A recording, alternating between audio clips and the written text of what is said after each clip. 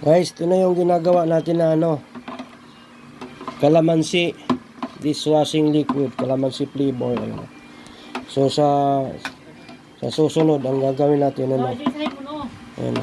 No. Isahin mo, ayaw kasi dito. Ayan. So itatakal ko na guys. Ayun yung paglalagyan ko, ayan. Yan oh.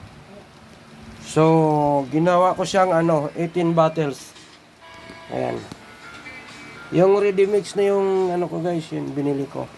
Ano. Yeah, so ito, yan. Mabula na oh, mabula na oh. Yan, mabula na. 24 hours na yan. So 24 hours na to guys. Kahapon ko to tinimpla. Tapos ngayon na 24 hours na to guys. To. Gagawa tayo ng ano, dishwashing liquid. So kukuha na ako ng pangtakal. Ito guys, ito. Ganito, dapat may ganito kayo. Ayan. Ayan. Tapos, kuha pa ako ng ano, pansandok.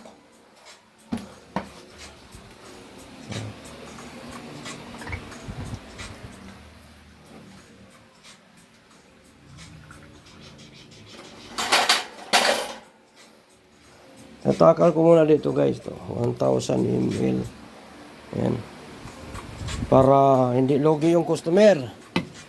Yan, itatakal ko muna dyan siya. Kasi mo, ulit mo. Dito yung... Dito pag ganyan. Ito guys, oh, 1,000 ml yan. Ito.